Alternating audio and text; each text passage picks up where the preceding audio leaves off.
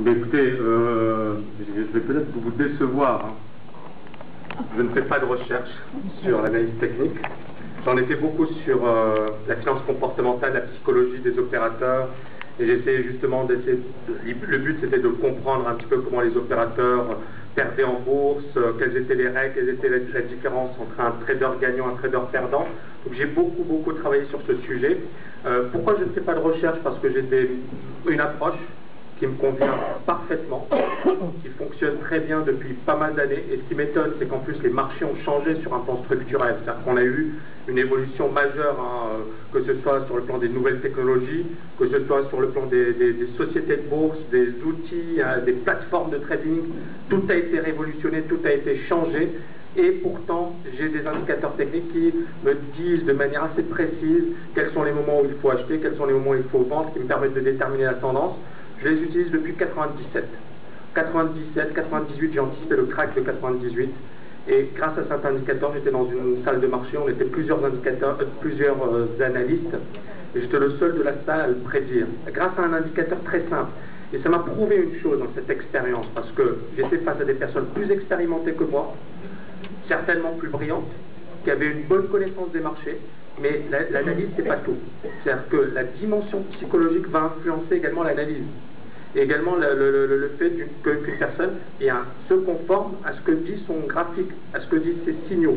D'accord? Donc il est important pour moi de bien maîtriser ces signaux, de bien les connaître, d'y croire, parce que si on ne croit pas dans ce que l'on a hein, comme outil, eh bien on ne fera pas, comment dirais-je, on ne durera pas longtemps sur les marchés. Hein.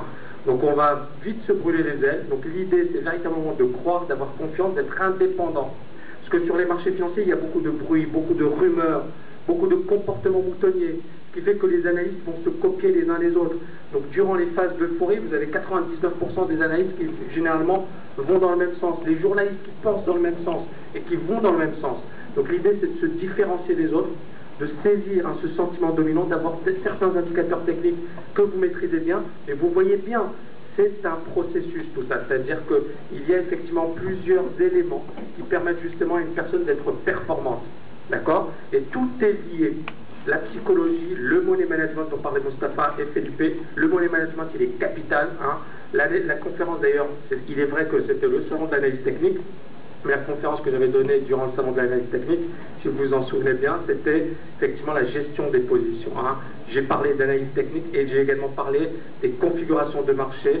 J'ai expliqué que dans certaines configurations de marché, il fallait effectivement avoir des tailles plus importantes, que dans d'autres configurations, il fallait justement se contenter de tester le marché. Hein. Donc la recherche à proprement parler sur l'analyse technique, pourquoi pas, hein, je ne suis pas contre, hein, c'est-à-dire je ne suis pas fermé, je pense qu'il faut de tout.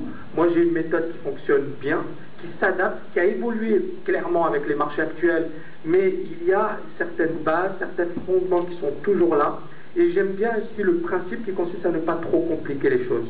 C'est-à-dire en bourse, hein, André est un adepte des vagues d'Elliott, et il est vrai que Elliott, bon, ça dure depuis pas mal de temps et ça fonctionne toujours. Il y a certains principes qui sont solides, il y a également une cyclicité du marché, il y a également certains phénomènes qui sont récurrents. Même si les marchés ont évolué, l'analyse technique, elle reste toujours la même. Alors bien sûr, il faut s'adapter, les mouvements sont plus volatiles. Hein, pour ceux qui ont assisté à ma conférence d'hier, la volatilité aujourd'hui est extrême, on n'a jamais connu ça dans les années 90. C'est du jamais vu. Mais bien par contre, il faut s'adapter. Il faut s'adapter, on garde les mêmes outils, mais on les adapte aux marchés dans lesquels on travaille. D'accord? Et c'est pour moi la clé du succès. Merci. Bravo, Samy. Sur la spécificité, je pense que nos deux collègues, M. Mostafa comme Felipe, ont